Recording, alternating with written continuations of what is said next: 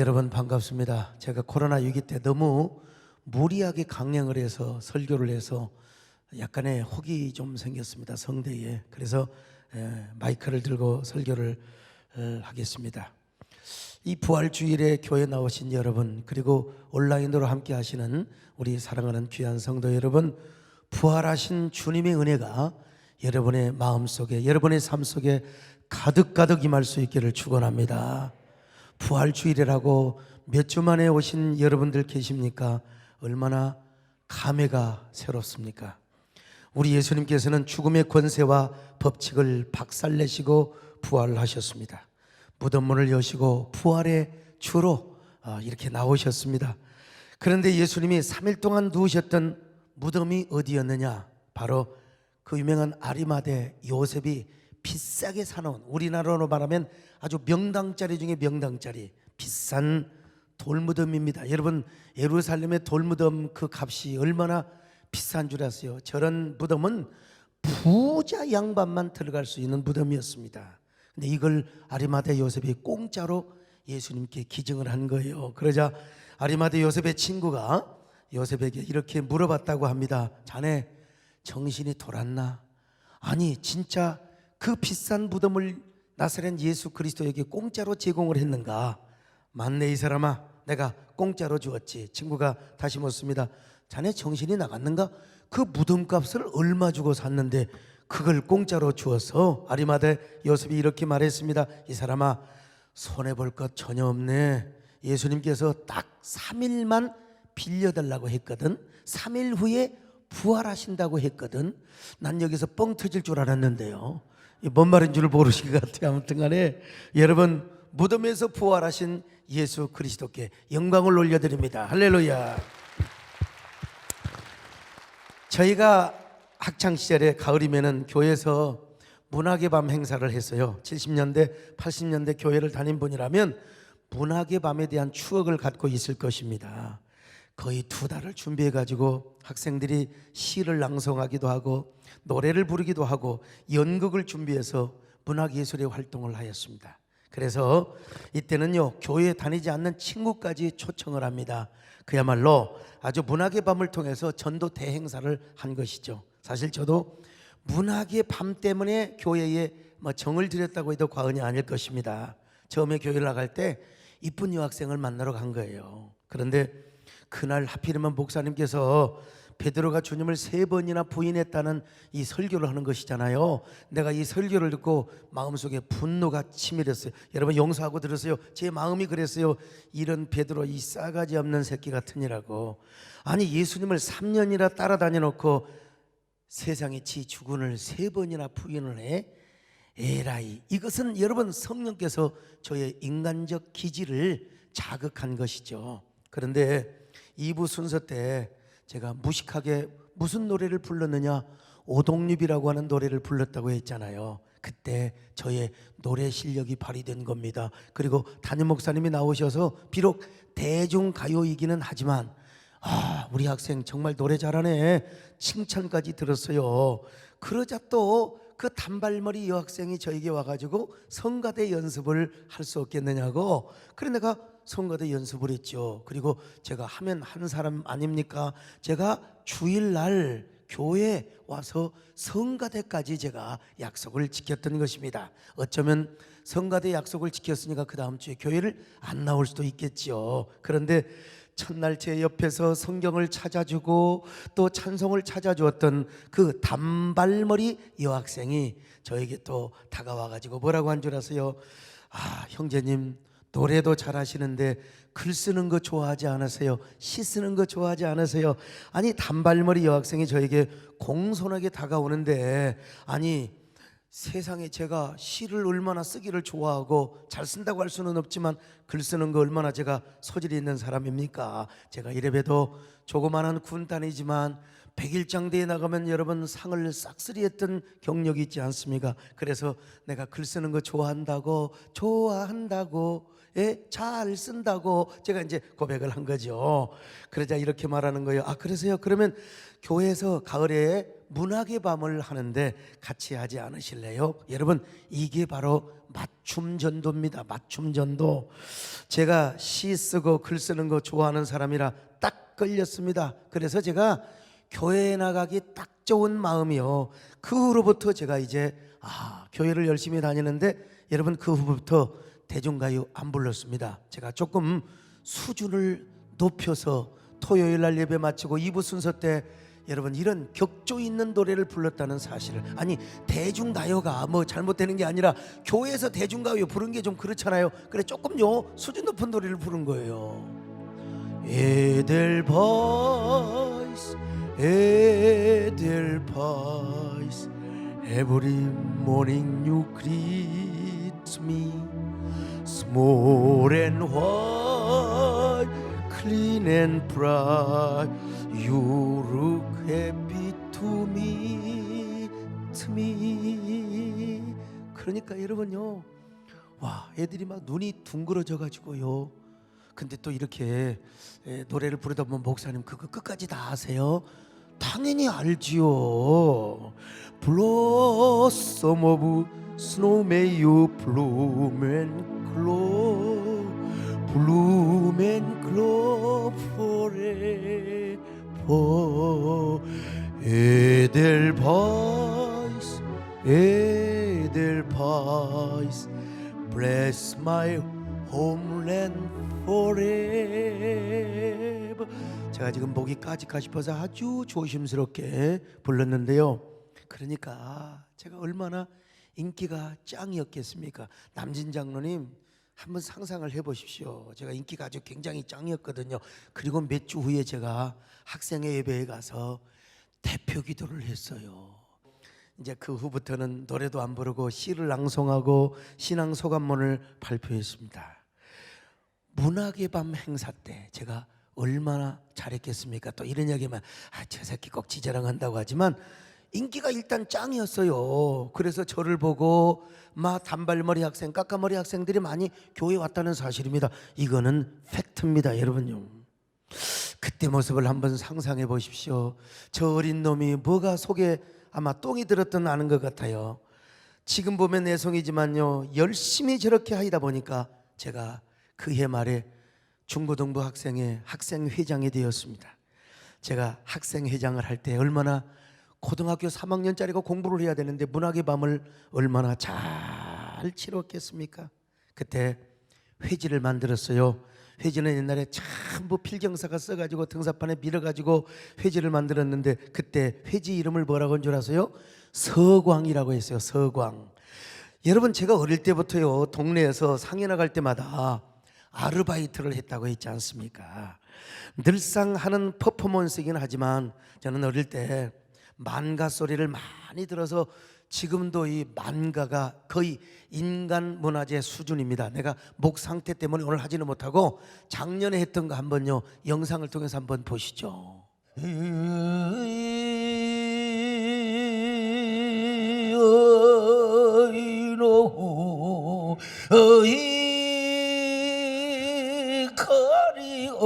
인간 문화재가 따로 없어요, 여러분. 참 가네 나는 가네 정든 집을 두고 나는 가네 어이노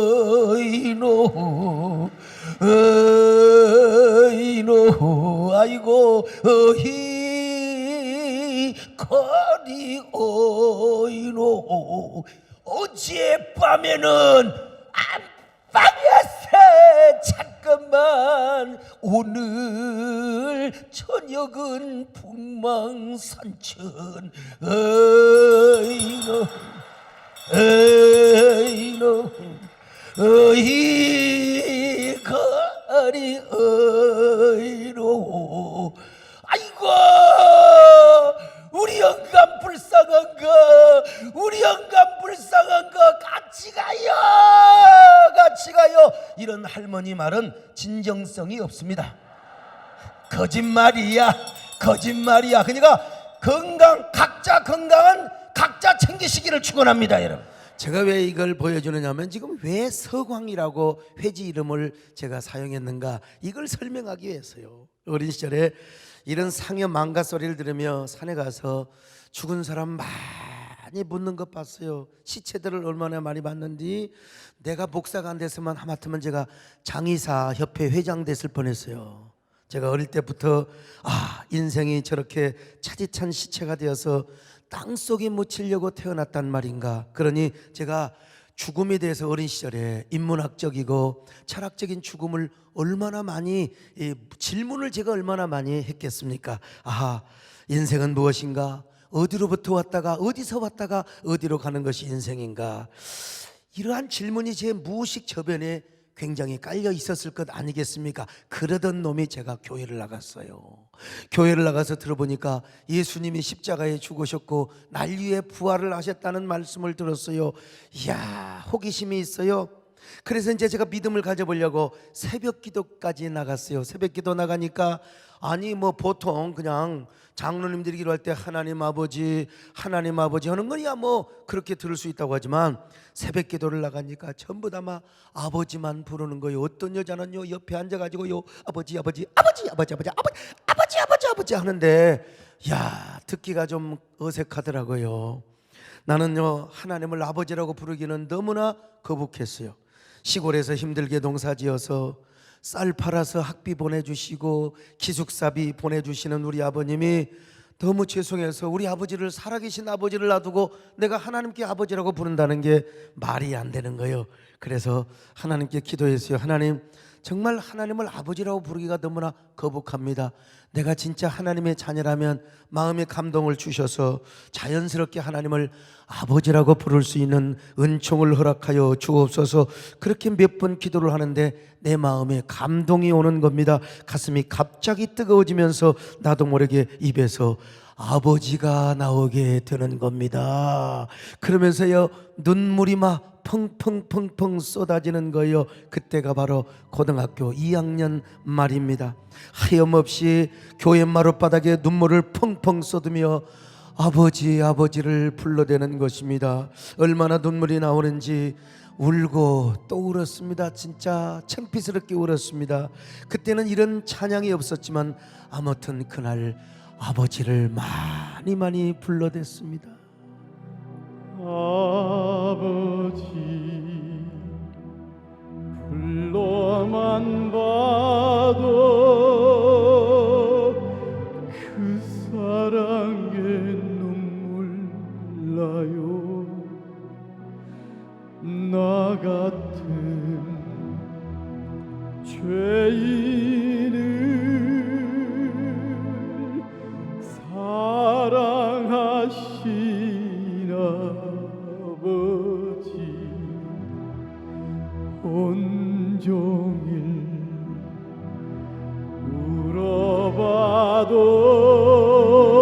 울어봐도 감당할 수 없는 그 사랑 그 크신 사랑을 어찌 말로 표현하리. 아버지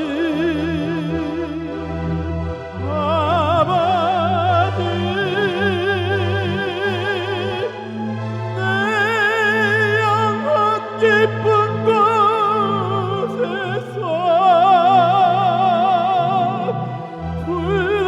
불러보는 내 아버지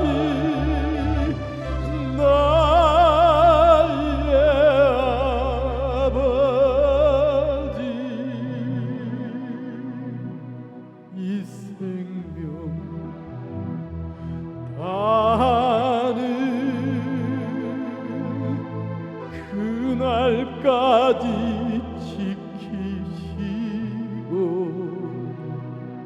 인도하실 참 좋으신 나의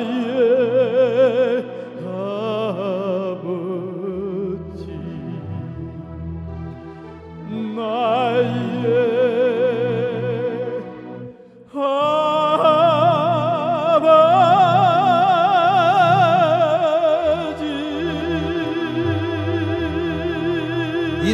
저녁에 해가 뜰 때까지 아버지를 부르고 또 부르는데요. 참, 내가 그때 무슨 얼마나 철이 들었다고. 고등학교 2학년 말인데요. 그렇게 아버지를 부르고 그러다가 이제 교회 바깥에 나오니까 모든 게 새롭게 보이더라고. 야, 마음이 변해. 마음이 아버지를 그렇게 부르다 보니까 이 세상 보는 눈이 달라졌어요. 모든 게 아름다운데 그때 된소리가 쫙 내렸는데 그 된소리 내린 그 모습도 아름답고요. 아직 그 경암동에 우리 정원영 우리 안수 집사 오셨나? 경암동에 배추가 있는데 배추를 아직 베지 않는 그 배추에 된소리가 내려 있는데 그 모습까지 반짝이는 그 모습까지 아름다운 거예요. 그 잎사귀 위로 서광의 빛이 밝아오는 그런데 그렇게 아름답게 보일 수가 없어요. 그래서 그때 서광이라는 이름이 생각이 나서 회지를 서광이라고 하자. 참요. 여러분 아마 예배의 가치를 모르는 사람은 영혼을 포기하는 겁니다. 종교의 가치를 모르는 사람은 영혼을 포기하는 거예요. 내가 거듭나서 하나님을 아버지라고 부르니까 온 세상에 그렇게 아름다울 수가 없고 하다못해 그 배추 잎사귀까지 거기에 비치는 태양빛까지 그렇게 아름다운 서광의 빛으로 보이더라는 거예요. 그런데 제가 이제 집에서 쫓겨나서 광주로 갔을 때 하나님께서 저를 또 어떤 교회로 인도하셨느냐, 하필이면 또 서광교회로 인도하신 거예요. 여러분 우리 하나님께서 주시는 그 단어 한마디 한마디에도 이런 그 은혜가 있고 하나님의 인도하심이 있다는 사실을 깨달았어요. 아무튼 저는 그때부터 교회에 미친 거예요. 더구나 제가 어머니를 따라서 절에도 가보고 무당도 따라가 보고 여러분 타 종교를 많이 경험을 했다고. 근데 그런 다른 종교에서는 죄 문제와 죽음의 문제를 언급해 본 적이 없어요. 그러나 교회 가니까 예수님이 나를 위해서 내 죄를 위하여 십자가에 죽으셨다네. 그리고 나를 위하여 부활하셨다는 것입니다. 자, 그러니까 내가 이 복음을 듣고요, 제 성격과 기질에 얼마나 교회에 빠졌겠습니까? 나쁜 의미가 아니라 좋은 의미에서 중독이 됐고 제가 거룩한 홀릭이 된 것입니다. 교회에 죽음이 두렵지 않았습니다. 오죽했으면 광주신학교 입학을 해서 5.18 민주화 운동 때도 예배를 드리려고 금남녹기를 활보를 했겠습니까? 어느 수요일 밤 계엄군이 점령을 해서 개미 새끼 한 마리도 들락거리지 않는 때에 저는 찬송을 들고 성경을 들고 노래를 부르며 갔습니다. 그때 전일 빌딩이나 가톨릭 빌딩 도청에 있는 계엄군들이 나와가지고 저를 쏘아버리면 저는요 객값으로 죽는 것입니다. 그러나 죽음이 전혀 두렵지 않았습니다. 찬송가를 부르며 갔습니다. 그 찬송은 저 높은 곳을 향하여 날마다 나아갑니다. 내가 천국을 바라보는 찬송을 부르며 걸어갔던 것입니다. 저 높은 곳을 향하여 날마다 나아갑니다. 내 뜻과 정성 모두와 날마다 기도합니다.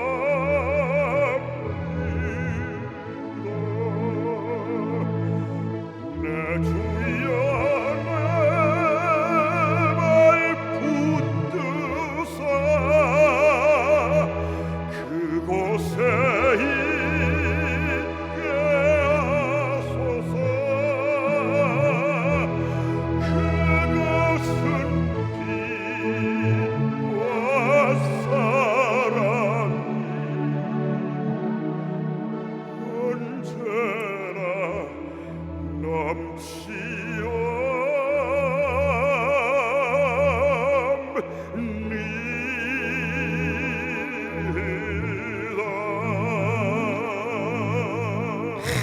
20살짜리의 그 신학교 1학년 학생, 얼마나 죽음이 두렵지 않았으면 그 길을 걸어가면서 이런 노래를 불렀겠습니까? 난 내가 봐도 지금 생각해 봐도 야, 참 다시 와도 죽음이 와도 박살날 나의 청춘이여. 여러분 정말 저는 후회되지 않습니다. 죽음을 두려워하지 않았어요. 그러나 부활 신앙이 없는 사람들은 죽음이 얼마나 두렵고 공포스러운지 모릅니다. 사랑하는 사람이 죽으면 얼마나 외롭고 절망스럽습니까? 그래서 세계 모든 이들이 지금 코로나 두려움 속에 살아가고 있습니다. 공포 속에 떨고 있습니다. 코로나 블루, 이 코로나 우울한 분위기에 짓눌려 살아가고 있다 이 말이죠. 오늘 본문에 소개되는 제자가 바로 그런 사람이었습니다. 예수님을 따르던 사람들에게는 예수님이 전부였습니다. 희망이요 기대였습니다. 예수님은 어느 때인가 무너진 이스라엘을 회복하고 무너진 다윗 왕국을 세울 것이라고 믿었습니다. 그러나 그 예수님이 십자가에 죽었어요. 십자가에 죽었단 말은 저주받아 죽었단 말이요, 나무에 달린 자마다 저주를 받아 죽었다고 율법에서 말하거든요. 그러니까 예수님이 12제자뿐만 아니라 그를 따르던 모든 군중들이 다 절망을 하였습니다. 오늘 본문에 소개되는 두 제자는 12제자는 아니요, 이름이 한 사람 글로바라고 하는 걸 봐서 아마 70문도에 속하지 않을까 이렇게 추측을 해봅니다. 이 두 사람이 예수님의 갈보리야, 저 갈보리 십자가에 죽으신 후에 예루살렘을 떠나서 우울한 마음으로 지금 슬픈 분위기로 지금 엠마오로 향하고 있단 말입니다. 예수님께서 하나님의 저주를 받아 십자가에 죽어버린 이상 예루살렘에 있을 필요가 뭐가 있느냐, 슬픈 기색을 하며 우울한 마음을 가지고 지금 저 엠마오로 내려가고 있습니다. 자, 누가복음 24장 13절로 14절입니다. 시작. 그날에 그들 중 둘이 예루살렘에서 25리 되는 엠마오라 하는 마을로 가면서 이 모든 된 일을 서로 이야기하더라. 슬픈 기색을 하며 갑니다. 17절 하반절입니다. 시작. 두 사람이 슬픈 빛을 띠고 머물러 서더라. 예루살렘에서 엠마오까지 25리, 여러분 빠른 걸음으로 가지 않으면 한 3시간 정도 걸립니다. 무슨 얘기를 했어요? 나사렛 예수는 우리의 희망이고 우리의 모든 삶의 기대였는데 어쩌면 하나님께서 그렇게 십자가에 죽일 수가 있어? 그런 예수님이 어떻게 저주를 받아 죽을 수가 있다니? 여러분, 그런 얘기를 하고 있는데 부활하신 예수님이 그들과 동행을 하셨던 것입니다. 예수님께서 절망하고 슬퍼하고 있는 그들에게 당신의 부활하신 모습을 보이시려고 그들에게 찾아오셨어요. 격려해 주시고 소망을 주시기 위해서요. 그런데도 불행하게도 그들은 눈에 무언가 씌어가지고 예수님을 예수님으로 보지를 못했던 것입니다. 얼마나 불행한 일입니까? 오늘 15절 16절을 같이 보실까요? 시작. 그들이 서로 이야기하며 문의할 때에 예수께서 가까이 이르러 그들과 동행하시나 그들의 눈이 가리어져서 그인 줄 알아보지 못하거늘. 여러분, 예수님이 왜 그들에게 나타나셨을까요? 내가 부활했다 메롱 놀려주려고 여러분 나타나셨을까요? 여러분, 아니죠. 저는 좀 목사이지만 장난기가 좀 많아요. 어릴 때부터 장난기가 많아가지고 그래서 야간 산행을 하다가 제가 좀 산을 빨리 올라가거든요. 먼저 올라가서 큰 나무 밑에 숨어 있다가 장로님들 올라오면 막 귀신이야 그냥 아예 우리 김문기 장로는 그 자리에서 주저앉아 버렸어요. 그냥 오줌을 싸고 주저앉아 버렸어요. 천하의 대통령 수행부장을 했던 우리 저 유성근 장로님도 거반 주저앉을 뻔했습니다. 여러분, 저분이 요즘 테크볼을 한다고 어저께 중앙일보 전면에 그냥 신문에 나오더라고 본들. 그러나 여러분, 우리 예수님은 그렇지 않았습니다. 주님이 부활하신 당신의 모습을 그들에게 나타내 보임으로써 슬픈 마음을 위로해 주고 절망했던 마음을 회복시켜주기 위하여 예수님이 그들에게 나타나신 겁니다. 예수님께서 선지자가 말한 대로 바로 예수님은 십자가에 죽은 3일 만에 부활한다고 했잖아. 바로 선지자가 그렇게 예언을 해서 그분은 부활을 했단 말이야. 이렇게 설명을 하고 말씀을 풀어줘도 눈이 가리워서 그가 예수님인 줄을 몰라봤단 말입니다. 눈에 씌어서. 자, 25절로 27절 예수님이 이렇게 설명을 한 거예요. 같이 봅니다. 시작. 이르시되 미련하고 선지자들이 말한 모든 것을 마음에 더디 믿는 자들이여, 그리스도가 이런 고난을 받고 자기의 영광에 들어가야 할 것이 아니냐 하시고, 이에 모세와 모든 선지자의 글로 시작하여 모든 성경에 쓴 바 자기에 관한 것을 자세히 설명하시니라. 그런데도 그가 예수님인 줄을 몰라봤어. 이게 말이나 되는 얘기입니까? 여러분, 예수님을 3년이나 따라다녔는데 말이지요. 여러분, 저는요 교회 뒷산에 산행을 하면 인사받기에 바쁩니다. 이래봬도 제가 우리 교회 안 나오는 사람도 아이고 목사님 제가 TV로 많이 은혜 받습니다. 요즘 유튜브 많이 봅니다. 우리 교회 안 나오는 사람도 저를 알아보는데, 예수님을 3년이나 따라다녔던 70문도 중에 속한 사람들이 예수님이 누구인지를 몰라 예수님이 부활하셔서 나타나셨는데 눈이 뭔가 가려워가지고 부활하신 예수님을 몰라봤다 이 말이요. 얼마나 절망했으면, 얼마나 슬펐으면, 얼마나 우울했으면 예수님을 예수님으로 알아보지 못했을까요? 오늘 우리가 그런 사람은 아닌가? 너무 코로나 우울한 분위기에 눈이 씌어가지고 살아계신 하나님을 바라보지 못하는가? 우리의 손을 잡고 계시는 우리 부활하신 주님, 우리의 눈물을 닦아주시고 우리의 마음을 어루만져 주시는 그 주님이 눈에 안 보이는 건 아닙니까? 엠마오 도상의 제자들도 마찬가지였습니다. 그들은 지금 자기 중심적인 생각, 자기들의 욕망, 그리고 슬픔과 우울함, 절망에 빠져 있어요. 예수님을 정치적인 메시아로 기대를 했는데 그것도 무참하게 십자가에 달려 죽으셨다니 절망해버렸어. 절망해버렸어요. 그래서 그 자기중심의 절망과 슬픔에 눈이 가려워서 예수님을 앞에 두고도 예수님인 줄을 몰랐다 이 말입니다. 예수님의 또렷한 음성을 듣고도 예수님인 줄을 몰랐다 이 말이요. 그러나 여러분, 그들의 눈이 가리워졌지만 어느새부턴가 마음이 뜨거워지는 거예요. 마음이 따뜻해지고 마음이 뜨거워지는 것입니다. 그래서 예수님인 줄은 몰랐는데 그분의 말씀을 들으면서 마음이 뜨거워지더라 이 말이요. 누가복음 24장 32절입니다. 같이 봅니다. 시작. 그들이 서로 말하되 길에서 우리에게 말씀하시고 우리에게 성경을 풀어주실 때에 우리 속에서 마음이 뜨겁지 아니하더냐 하고. 여러분도 지금요 세상 근심 염려 때문에, 코로나 때문에 장사 안 된다고 불경기라고, 여러분 부활하신 주님이 전혀 마음에 떠오르지 않습니까? 부활하신 예수님이 내 마음에 전혀 안 느껴지느냐 이 말이요. 왜? 마음의 눈이 가리워져 있고, 여러분, 그리고 우리의 눈이 영안이 가리워져 있기 때문에 그런 것입니다. 그러나 오늘 여러분 이 말씀을 들으면서 이상하게 마음이 따뜻함을 느껴지시기를 바랍니다. 포근함이 느껴지시기를 바랍니다. 뜨거워짐이 느껴지심을 바랍니다. 그렇다면 지금 주님이 여러분에게 찾아가고 계시는 것입니다. 신랑 되신 예수님이 찾아오셨습니다. 우리 온라인 예배 드리는 여러분들이요, 온라인 현장에 우리 주님이 여러분을 찾아오고 있는 것입니다. 오늘 이 자리에 계신 여러분들뿐만 아니라 온라인 현장에 계신 여러분들이요, 오늘 주님이 여러분의 마음을 만져주시기를 바랍니다. 여러분의 심령을 어루만져 주시기를 바랍니다. 자, 그런데 그들이 언제 예수님을 예수님으로 깨닫게 되었는가? 엠마오에 이르러서 우리 예수님이 그들과 떡을 떼며 식탁을 나누신 거요. 참, 우리 예수님 얼마나 사랑이 많으신지. 저도 옛날에 학교 다니면서 아르바이트를 했잖아요. 가정교사도 해보고, 성질이 급해갖고 나도 멍청하지만 나보다 멍청한 놈들이 더 많더만. 뭘 가르치면 금방 잊어먹어. 야, 이 멍청한 놈아 두드려 패면서. 그래서 또 집에서 쫓겨난 적도 있고 그랬습니다만은, 우리 예수님이 오셔가지고 아니 이 멍청아, 내가 예수야, 내가 부활했어, 그렇게 말씀하지 않으시고 그냥 떡을 떼시면서 이것은 내 몸이니 받아 먹으라, 뭐 그렇게 하셨는지 모르지만 하여간 식탁을 함께 나누신 거예요. 그 순간 바로 그 제자들의 눈이 열린 거예요. 예수님이시네.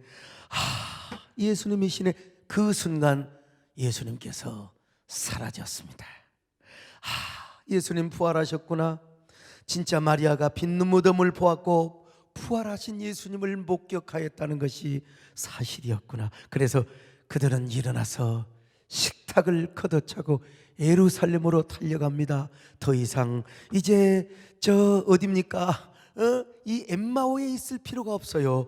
예루살렘으로 달려가서 12제자와 70문도 그리고 120문도에게 부활하신 예수님을 만났다고 증언을 하였습니다. 자, 33절로 35절을 보실까요? 시작. 곧 그러 일어나 예루살렘에 돌아가 보니 11제자 및 그들과 함께한 자들이 모여 있어 두 사람도 길에서 된 일과 예수께서 떡을 떼심으로 자기들에게 알려주신 것을 말하더라. 여러분, 예수님을 증거합니다. 여러분 기뻐하십시오. 예수님은 부활하셨습니다. 무덤에 계시지 않습니다. 살아나신 분이 엠마오로 가는 3시간 동안이나 우리와 함께 하셨고, 그리고 그분은 사망 권세를 깨뜨리시고 죽음의 문을 박살내시며 우리와 함께 하십니다. 지금 어딘가 우리와 함께 하실 수도 있습니다. 예수님 부활하셨습니다. 이렇게 증언을 하였다 이 말이요. 여러분, 저는요 여기서 슬픈 기색을 하며 엠마오로 내려가는 두 제자의 모습과 부활하신 주님을 목격하고 엠마오에서 예루살렘으로 달려가는 부활의 그 제자들의 모습이 얼마나 대조적이었을까를 상상해 보는 것입니다. 십자가에 죽으신 주님을 목격하며 엠마오로 내려갔을 때 얼마나 처절했겠습니까? 얼마나 그 눈빛과 얼굴빛이 절망스러웠겠습니까? 그 마음은 얼마나 우울했겠습니까? 그런데 여러분, 그 절망스러웠던 제자들이 부활하신 주님을 목격했어요. 부활하신 주님을 만났어요. 떡까지 떼어주며 축사를 했거든요. 가슴이 뜨거워졌습니다. 감격으로 폭발을 할 지경이었습니다. 그러니 예루살렘으로 올라갈 때 그들의 눈빛은 어떤 눈빛이었을까요? 여러분, 예루살렘으로 올라갈 때 그들의 얼굴은 슬픈 기색이 아니었어요. 감격과 기쁨이 폭발하는 얼굴 눈빛이었을 것입니다. 흥분된 기색을 하며 어떤 이야기를 나누며 갔을까요? 둘이서 아마 마주보며 달려갔을 거요. 맞아, 예수님은 부활하신다고 했잖아. 십자가에 죽으시더라도 사흘 만에 부활하신다고 말씀하셨잖아. 우리가 예수님을 잘못 이해했던 거지. 우리의 메시아관이 틀렸던 거지. 그래서 예수님을 예수님으로 보지 못했던 거야. 그러나 살아나셨잖아. 그리고 우리와 함께 하셨잖아. 사셨네. 예수 다시 사셨네. 그런 얘기를 하면서 그들은 아마 이런 노래를 부르며 갔을 거예요. 그런 노래가 없었지만 말이요, 이런 노래를 부르며 예루살렘으로 숨찬 발걸음을 이어갔을 것입니다. 다시 사신 구세주, 나 항상 섬기네. 온 세상 자랑해도 주정령 사셨네.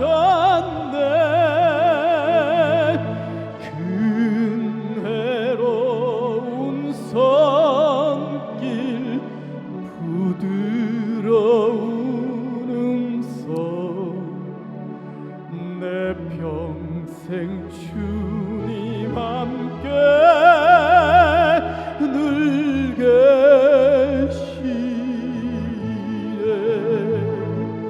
예수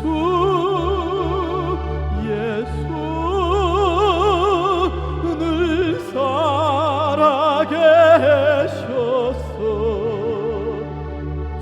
주동행하여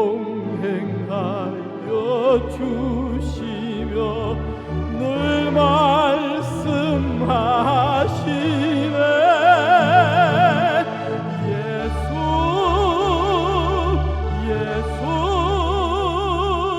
내 구세주 예수, 내 맘에 살아계시네.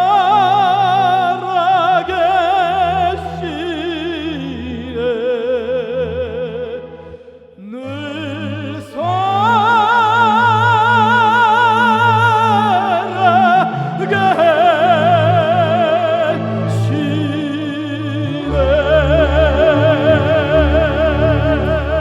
할렐루야. 여러분 상상해 보세요.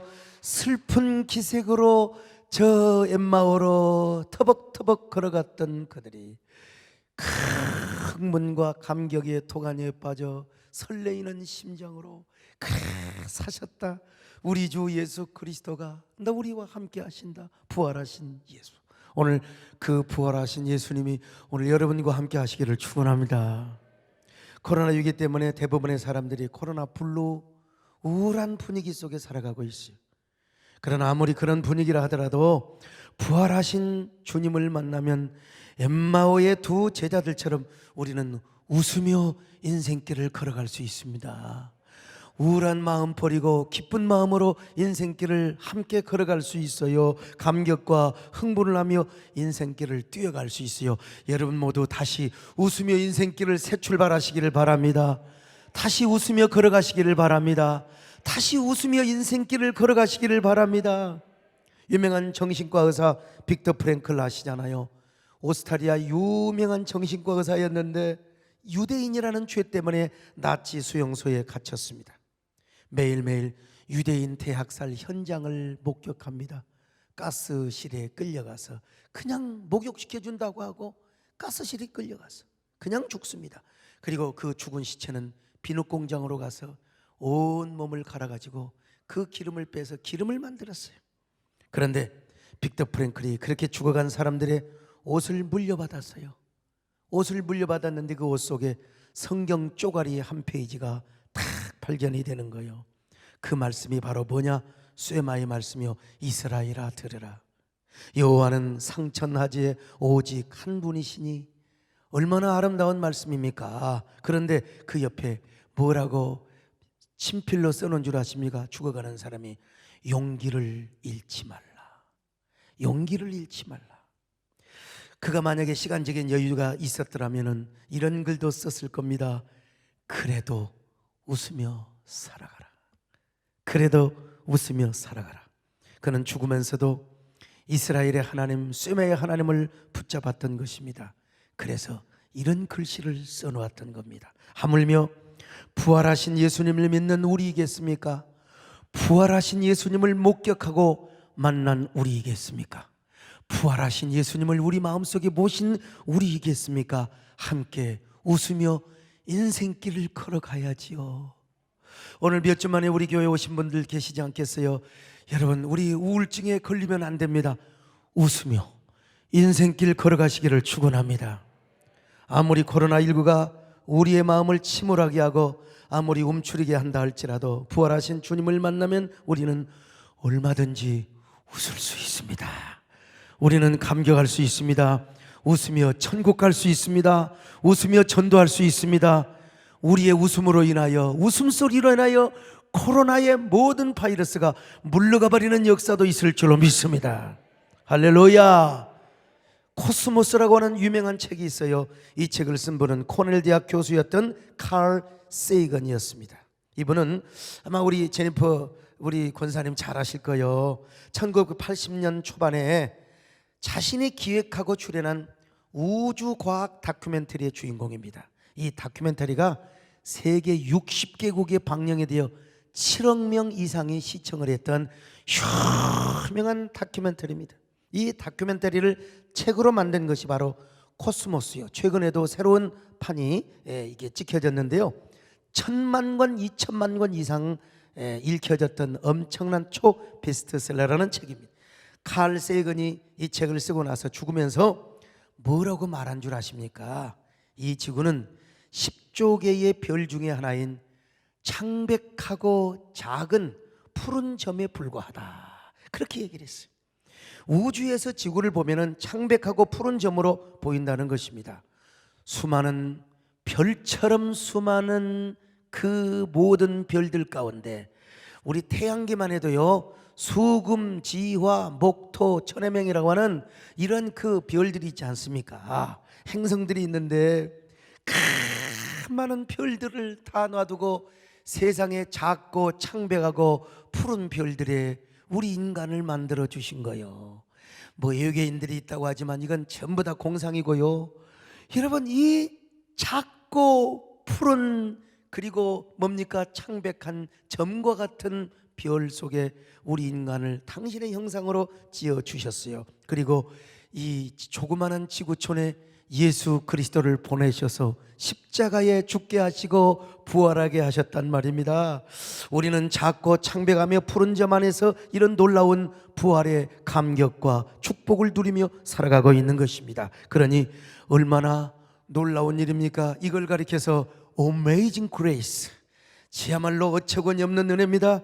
다른 별들이 생명이 있다면 이 지구촌을 바라볼 때마다 얼마나 질투하고 시샘하고 시기를 하겠습니까? 그런데 우리는 여러분, 이 작고 창백하고 푸른 점과는 비교할 수도 없는 저 광활한 우주 위의 우주, 코스모스 위의 코스모스에 영원한 하늘나라가 있을 텐데, 여러분, 있을 텐데가 아니요, 있어요. 근데 나는 어디 있는지는 잘 모르지만 Heavenly Father, 천공에 저 푸르른 우주 어딘가에 하나님의 나라가 있을 것 아니겠습니까? 여러분, 이 사실을 믿으시면 아멘 하시길 바랍니다. 공간은 모르지만 존재는 확실하다 이 말이죠. 그러므로 우리는 이 영원한 영생을 얻으며 천국 가는 길에 웃으며 살아야지요. 웃으며 달려가야지요. 다시 웃으며 우리가 인생길을 걸어갈 때 이 창백한 우리의 지구촌이 환한 지구촌이 될 줄로 믿습니다. 우리가 웃게 될 때 창백하고 어두운 푸른 지구가 환하게 녹색, 그야말로 녹색으로 바뀌는 아름다운 푸르른 밝은 빛 푸르는 이런 지구촌이 될 줄로 믿습니다. 누가 그렇게 하느냐? 예수 믿는 사람들이 밝은 마음으로 웃으며 살아갈 때. 엠마오로 가는 길은 슬픈 길이었지만 부활하신 주님을 만나고 예루살렘으로 갔던 그 길은 웃으며 가는 길이었습니다.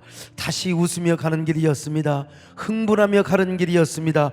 여러분, 우리 모두 이 부활주일에 주님을 만나시길 바랍니다. 부활의 주님을 만나시길 바랍니다. 그러면서 우리 함께 웃으면서 함께 손을 잡고 가자는 말입니다. 이건 제가 작곡한 노래지만 저음으로 되어 있기 때문에 내가 부를 수 있어요. 여러분, 우리 함께 걸어요, 손잡게 함께 걸어요. 부활의 주님 함께 하잖아요. 우리 함께 걸어가요. 우리 함께 걸어가요.